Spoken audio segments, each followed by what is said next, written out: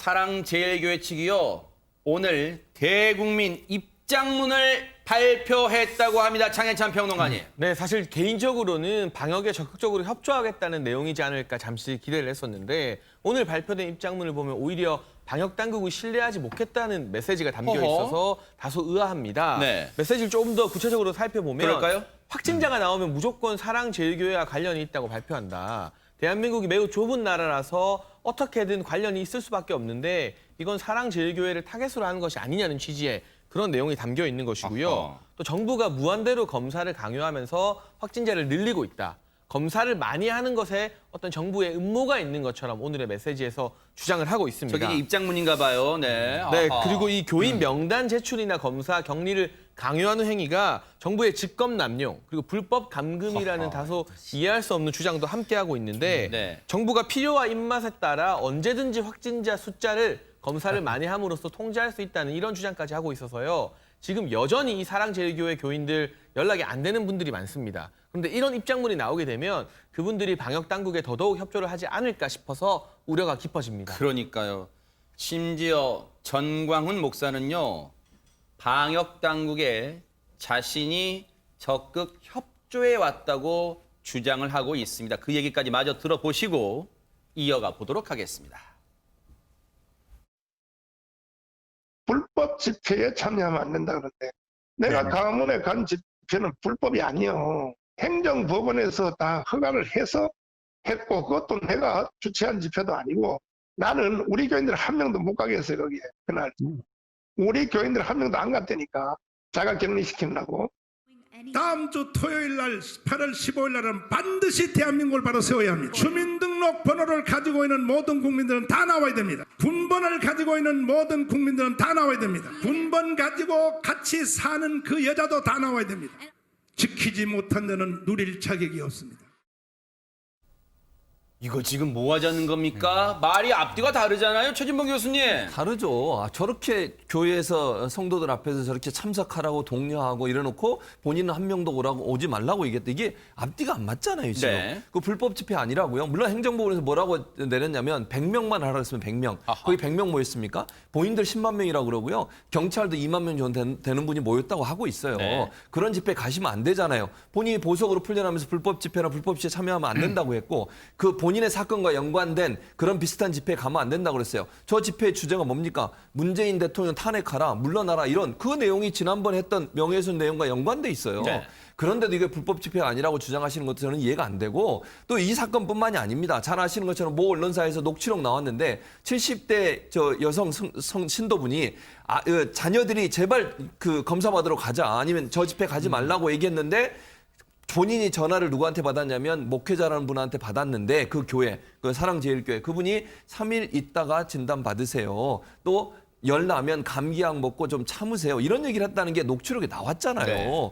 그렇게 아니 실제 증거가 있음에도 불구하고 저렇게 오리발을 내미시면 네. 우리가 어떻게 믿을 수 있겠습니까? 그 증거가 없는 걸 가지고 얘기하시면 우리가 그래도 한번 생각해 볼 수 있겠지만 여러 증거들이 나오고 많은 증인들이 있음에도 불구하고 저렇게 아무 일도 없다는 듯이 저런 얘기를 하시면 저분의 말씀 우리가 어떻게 믿을 수 있겠습니까? 대체 그러네요. 목회자라고 하면 진실돼야죠. 어떻게 성경에 손을 얹고 진실된 말을 해야지 저렇게 앞뒤 안 맞는 얘기를 네. 하면 목회자로서 과연 인정받을 수 있을지 의문입니다. 그런데 더 어처구니 없는 거는요. 본인이 지금 코로나19 확진 판정 받았잖아요. 근데 그 자체도 못 믿겠다는 겁니다. 손정혜 변호사님. 크리스천 투데이를 통해서 나는 지금도 양성이 믿어지지 않는다. 증상도 없고 멀쩡하다라고 이야기를 하셨고요. 의료원에 와서 쉬는 게 낫겠다라고 생각해서 왔는데 쉬고 약 먹으면 낫는 거다 이렇게 이야기를 하면서 쉬고 약 먹으면 낫는 걸 정치인들이 이용을 한다. 우리 성도들이 보건소에 가면 양성인데 병원 가면 음성인 사례가 수십 명씩 나온다라고 하면서 음모론까지 제기하고 있는 상황이고요. 나는 양성으로 나왔는데 두 번째 병원에서의 검사는 안 갔다. 그냥 여기 와서 쉬는 게 낫겠다고 해서 서울 의료원으로 왔다라고 주장하고 있습니다. 아니 지금 이 말은 한마디로 요약하면 검사 결과를 조작했다는 건데 이렇게 네. 되면 우리 방역 당국이 가만히 있으면 안 될 것 같은데요. 아니 근데 저는 개인적으로는요. 우리 방역 당국에서 저 말에 대해서 무슨 그 반박이나 변명도 할 가치조차도 없다고 저는 그러네요. 생각이 네. 드는데 그럼에도 불구하고 저 중대본의 부본부장 네. 권준욱 부본부장이 그런 얘기는 했어요. 이거는 의사 판단에 우리가 개입할 수도 없고, 아하. 그다음에 인위적인 조작이라는 그 말 자체가 있을 수가 없는 일이다. 이제 이런 식으로 반박은 했습니다. 네. 이게 정말 저부터 그렇습니다. 만약에 그 의사가 판단하는 걸 가지고 인위적으로 조작하고 장난치는 그런 나라라면 저부터라도 이 자리에 안 있겠습니다. 아하. 이 자리에 앉아서 이런 나라에서 살아서 뭐 하겠습니까? 이 말이 되는 소리. 그러고 또 저런 말을 하는 분들 자체가 본인들은 알아요. 그게 사실이 아니라는 거를. 그러면서 애꿎은 신도들 혹세무민하는 겁니다. 혹세무민. 이런 게 선동 아니고 네? 뭐겠어요. 지금은 무슨 정권과의 싸움, 정치 성향과의 싸움이 아니잖아요. 병과의 싸움이지 않습니까? 네. 자, 이렇게 코로나19가 재확산되면서 지금 전국이 지금 바짝 긴장하고 있는데요. 방역당국도 초비상이잖아요. 그런데 김문수 전 경기도지사 여러분 누군지 한두 번쯤은 들어보셨을 거예요. 그 태도가 지금 논란 위에 도마 위에 오르고 있습니다. 안진용 기자님. 네, 다름 아닌 경찰에게 호통을 치는 장면이 포착됐기 때문인데요. 일단 김문수 전 지사와 함께 있던 일행들이 사랑제일교회 예배에 참석했기 때문에 그런데 검진을 받지 않았기 때문에 가서 이렇게 검사를 받아야 된다고 얘기를 하는 와중이었습니다. 아하. 그런데 곁에 김문수 전 지사가 있었던 거고요. 함께 가자고 제안을 했는데 그 영상을 보신 분들은 아시겠지만 강제로 연행하려는 게 아니라 검사가 필요하다고 제안을 하는 정도라고 이게 뉘앙스가 풍겨지거든요. 네. 하지만 이거에 대해서 김 전 지사가 호통을 치는데 그 내용인즉 나는 김문수다. 국회의원 3번 했다라고 얘기를 했는데 이 문장 안에 어떠한 많은 뉘앙스들이 포함되어 있는지는 듣는 사람이면 누구나 상식선에서 알 수 있었을 겁니다. 국회의원 3번! 국회의원 3번 했다는 걸 강조했답니다. 대체 어떤 상황이었는지 한번 보시고 이어가 보도록 하겠습니다. 어디로 와가지고 말이야. 너는 왜 가자 그래? 그러니까 강제로 강제가 아니라 왜 가자 강제라 그랬잖아 아까. 그러니까 이유가 뭐냐 말이야. 해주시면 감사하다 이 말이죠. 왜 감사하면 왜 경찰이 뭐 하는 거냐고. 알겠습니다. 지금은 내가 나는 서울 영국이라서 나는 저 김문수. 예, 제가 압니다. 영등포 경찰서? 예. 근데 왜 나를 가자 그러는지 이유를 이야기해보라. 같이 오셨지 않습니까? 같이 가면 다 잡아가요? 내가 김문수인데 왜 가자 그러냐고. 근데 자가격리를 위반하셔가지고 똑바로 하란 말이고 이러면 안 돼. 그러니까 설명. 저희도 이거 처음입니다. 신용병은 지나신 게. 저희도 코로나 때문에 처음이에요. 그러니까 제가 선생님을 강제로 강제로 하는 게 아니었습니까? 내가 국회의원 3번 해서. 아니 저도 저 언론이 봐서 잘 알고 있습니다. 국회의원 3번 하면 데려가고 국회의원 3번 안 하면 데려가고 국회의원 3번 하면 못 데려갑니까? 혹시 장혜찬 평론가님. 일단은 저 김문수 전 지사가 마스크를 턱에 내리고 소리를 막 치고 있거든요. 네. 그럼 비말을 통한 감염이 우려가 됩니다. 그러네요. 그래서 본인이 하고 싶은 말씀이 있더라도 마스크를 착용한 채 말해야 된다. 기본적인 방역 지침부터 먼저 짚고 넘어가고 싶고요. 김문수 전 지사 측 주장은 이런 겁니다. 경찰이 코로나19를 핑계로 개인정보를 추적하고 강제로 연행을 하는 것 인권 침해 아니냐. 그래서 따진 건데 갑질로 보도되는 것이 억울하다는 부분인데 경찰 측의 합리적인 이유가 있죠. 저 김문수 전 지사의 일행 중 한 사람이 이 사랑제일교회가 주최하는 예배에 참석을 했고 자가격리 대상인데 그 지침을 어기고 돌아다니고 있으니 그런 분은 당연히 감염병법 위반으로 연행해서 자가격리 다시 하게 만들어야 되는 거거든요. 그리고 김문수 전 지사에게 동행을 요구하는 것도 연행이 아니라 혹시 확진자일지 모를 자가격리 대상자와 함께 있었다 보니까 같이 가서 또 보건소에서 검사받는 게 좋은 것입니다. 또 이미 확진을 받았던 이 차명진 전 의원과 김문수 전 지사가 8월 15일 집회날 가까이 붙어서 셀카를 찍은 사진 같은 경우도 인터넷에 이미 떠올랐거든요. 네, 저희가 잠시 뒤에 보여드릴게요. 네네. 그러면 김문수 전 지사도 당연히 보건소에서 검사를 받는 것이 마땅한 태도임에도 불구하고 네. 그냥 열심히 일하는 게 전부인 경찰에게 저렇게 고압적인 태도로 뭐 국회의원 3번 했다고 말씀하시는 것은 네. 대다수의 국민들이 고개를 가로저을 수밖에 없는 부적절한 태도가 아닌가 싶습니다. 네. 이 태도 논란이 커지니까 김문수 전 지사가 나름대로 이제 입장은 내놨어요. 경찰의 위치 추적과 강제 연행 그리고 동행 요구가 심각한 인권 침해인데 오히려 자신에게 갑질이라고 하더라. 이렇게 입장을 밝혔습니다. 국회의원 3번 했어. 국회의원 3번 했어. 국회의원 2번 하면 가야 되고 3번 하면 안 가도 되고 그런 기준이 나와 있나요? 국회의원 3번 했어. 강조를 했는데 김문수 전 지사의 태도, 이 논란 때문에요. 애꿎게 김문수 전 지사의 몇 년 전 행동도 다시 소환이 되고 있으나 관련해서 영상 들어보시고 이어가 보도록 하겠습니다. 여보세요? 나는 도지사 김문수입니다. 여보세요? 예, 수방사입니다. 말씀하십시오. 경기도지사 김문수입니다. 예, 무슨 일 때문에요? 우리 남양주 수방사 맞아요? 예, 맞습니다. 이름이 누구요? 무슨 때문에 전화하신 건데요? 내가 도지사인데 그 이름이 누구요? 지금 전화 받은 사람. 바로 못 알아봤습니다. 김복준 의원님, 예. 일단은 저 상황에서 네. 일단 소방서 관계자의 근무 이 수칙 매뉴얼은 어떻습니까? 한번 저 상황을 좀 짚어주세요. 저분이 걸으신 전화번호는 명백히 신고를 받는 119 전화입니다. 아하. 신고 접수 전화에는 신고받도록 돼 있고 신고를 받는 그 소방공무원은 신고 절차 매뉴얼에 따라서 하면 되는 겁니다. 네. 물론 뭐 이 도지사 입장에서 그 현장에 가서 점검하는 차원에서 했다고 하더라도 네. 아마 제가 이렇게 얼핏 들어보니까 도지사 김문수입니다 하고 얘기하는 순간 아이고 저 도지사님이십니까 하고 바로 얘기 못한 눈치 없는 소방관인 건 사실이에요. 그거 내가 그 소방관 분을 비난하고자 하는 말씀 드리는 건 아니고 답답하다는 거죠. 그분 정말 안타깝다는 거죠. 네. 왜 하필이면 그 시간대에 그 전화를 도지사님 전화를 받아가지고 그렇게 고통을 받으셨는지. 네. 결국은 그 당시에 저 김문수 도지사께서 하신 얘기는 그거죠. 내가 도지사라고 하면 바로 아이고 저 뭐 어디 근무하는 누구입니다 하고 관등 성명 군대처럼 네. 됐어야 되는데 자꾸 안 되니까 자꾸 기분 나빠서 네 이름 대라고 하는 거 아닙니까? 네. 누가 봐도 그 뻔한 거 아니에요. 저는 그 소방관이 저 신고를 받는 소방관이 자기 직무에서 벗어난 게 전혀 없다고 생각합니다. 네. 우리가요 입장을 바꿔놓고요. 만약에 당시에 근무했던 소방관분이 아이고 지사님 예. 감사합니다. 전화 주셔서 감사합니다. 저 누구입니다. 남양주 소방서 누구입니다. 라고 만약에 한 게 알려지면요 오히려 그분의 행동이 더 잘못된 행동이라고 더 비난받을 수도 있어요. 최진봉 교수님 이분의 행동은 정말 근무 수칙을 오히려 잘 따른 거 아닌가 이런 생각도 해봅니다. 당연하죠. 아니 신고받는 분이 도지사가 전화했든 누가 전화했든 119에서 위급한 상황에 전화를 받는 곳이잖아요. 그럼 무슨 일입니까? 물어보죠 당연히. 네. 그럼 전화한 이유를 대야죠. 아니 지금 내가 도지사인데 이 얘기 할 때입니까? 본인이 119 왜 전화했어요 그러면? 내가 도지사인데 예를 들면 근무 잘하고 있는 전화했습니다. 그럼 그러셨군요. 끊을 수 있겠죠. 아니 그럼 소방관이 저렇게 응답을 하지 어떻게 응대를 합니까 대체? 아니 지금 아까 김복준 의원님 말씀하신 것처럼 도지사님하고 뭐 머리를 조아릴까요? 그걸 원했던 겁니까? 대체 지금 어느 시대인데 그런 걸 원하고 전화를 합니까? 네. 아니요.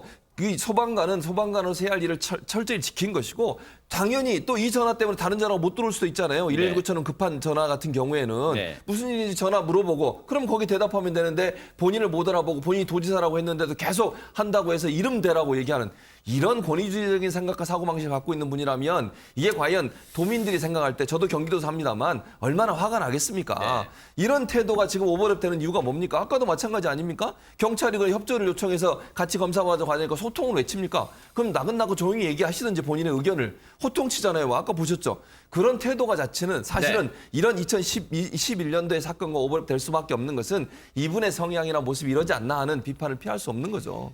당시에 저 소방관하고 통화할 때 도지사 김문수다. 내가 도지사라고 하는데 안 들리나?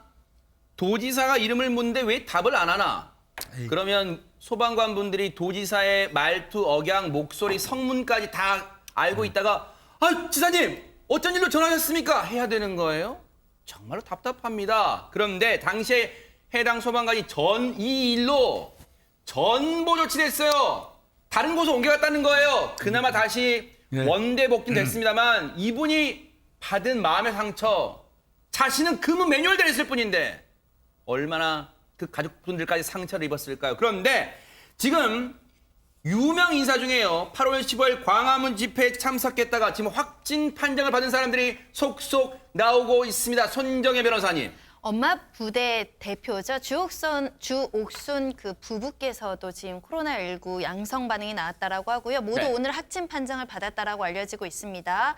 지난 15일에 광화문 집회에 참석을 했는데 이 15일 광화문 집회에는 정강훈 목사도 참석을 했었죠. 아하. 그리고 이 집회에서 마스크를 턱까지 내리고 연설도 했다라고 하고요. 정강훈 목사에게 물병을 건넸다라고 합니다. 감염 경로는 뭐 확인이 지금으로서는 추정밖에 되지 않겠지만 이 광화문 집회에도 참석한 것으로 알려지고 있고 19일에 경기도의 한 병원에서 남편과 함께 검사를 받았고 20일 오전에 양성 반응이 나와서 확진 판정을 받았다라고 합니다. 네. 보세요. 본인이 뭔가 몸이 이상하잖아요. 물병을 15일 날 전달해서 저렇게 접촉한 상태입니다. 코로나 검사를 받고 며칠간 몸살 앓았고 어제 당시에는 회복되는 걸로 착각했는데 결국 오늘 양성 판정 나왔어요. 확진 판정 받은 주옥순 대표의 심의가 한번 들어보시고 이어가 보도록 하겠습니다. 근데 나는 앞에서 방송을 찍고 있었기 때문에 목사님이 물 찾는 게 보이잖아요. 그래서 내가 뛰어가서 그 옆에 분이 이 물병을 들고 있는 거를 뺏어가지고 열어가지고 목사님 입축이라고 준 거 그거밖에 없어요. 그런데 날 보고 정강훈 목사님하고 접촉했으니까 대표님도 수상할 수도 있으니까 얼른 받아보라는 식으로.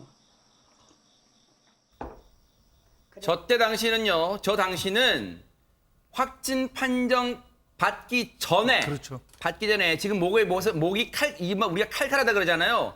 얘기를 하면서도 칼칼하니까 옆에 계속 연신 물을 마시면서 얘기를 했습니다. 저렇게 자신의 입장을 밝힌 이후에 확진 판정을 나중에 받게 됩니다. 그런데 지금 불명예, 1호 불명예, 뭐든지 1호 불명예는요, 영광스러울 때보다는 불명예스러울 때가 많은데 정치인 중에 첫 확진자가 나왔습니다. 안진용 기자님. 네, 차명진 전 국회의원이요. 코로나19 확진 판정을 받았습니다. 지난 18일 주소지 인근 보건소에서 검사를 받고 바로 확진 판정을 받은 건데요. 네. 사실 차 전 의원은 지난 15일 서울 광화문 집회에 다녀왔어요. 그런데 그 이후에 17일만 해도 야외에서는 코로나19가 옮지 않는다라고 주장을 했고 그 이후에도 주변에서 워낙 걱정을 많이 해서 할 수 없이 검사를 받는다는 입장인데 이런 입장에도 불구하고 확진 판정이 내려진 겁니다. 네. 입이 있어도 할 말이 없다. 유군무원이라는 표현이 이때 딱 적합한 것 같습니다.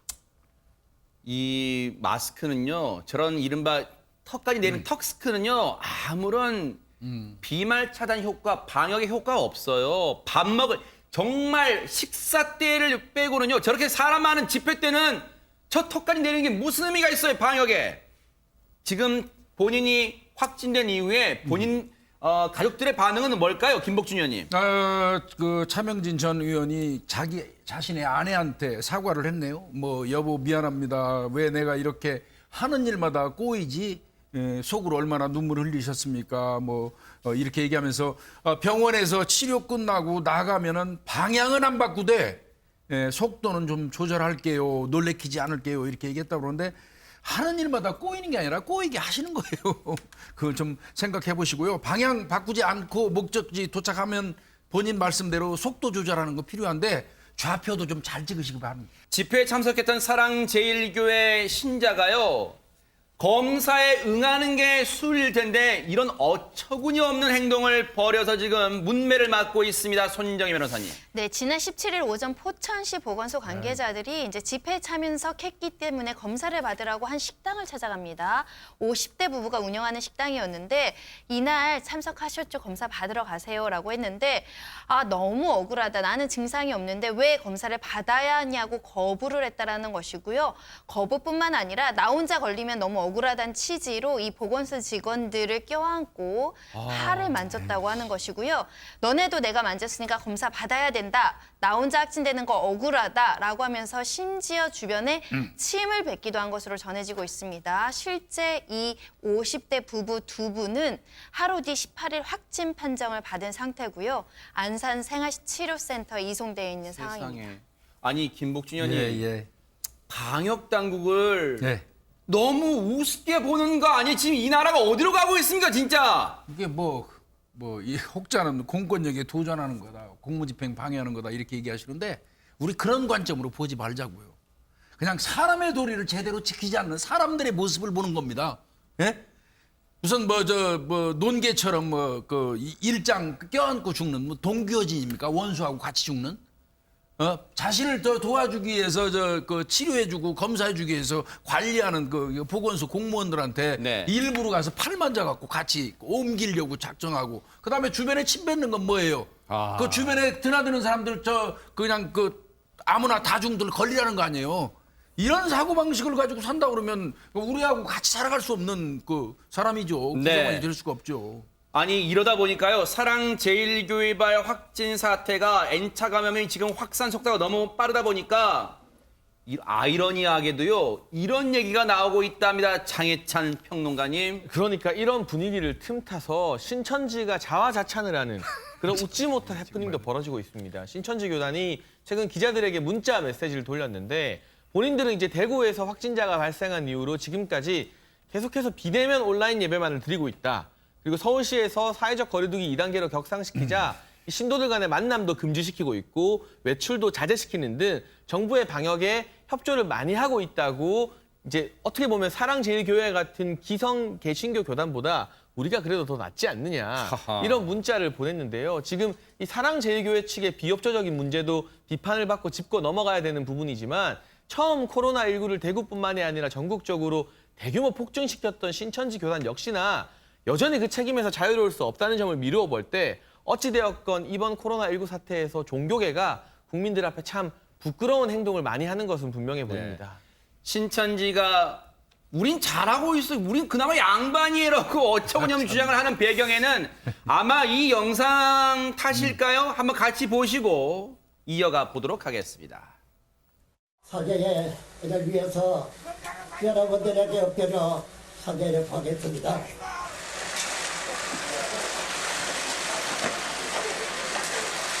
코레라 확산 이것을 막기 위해서 노래해 준 데 대해서 너무나 고맙고 고맙습니다. 이 정부에게도 이 사람 용서를 구합니다.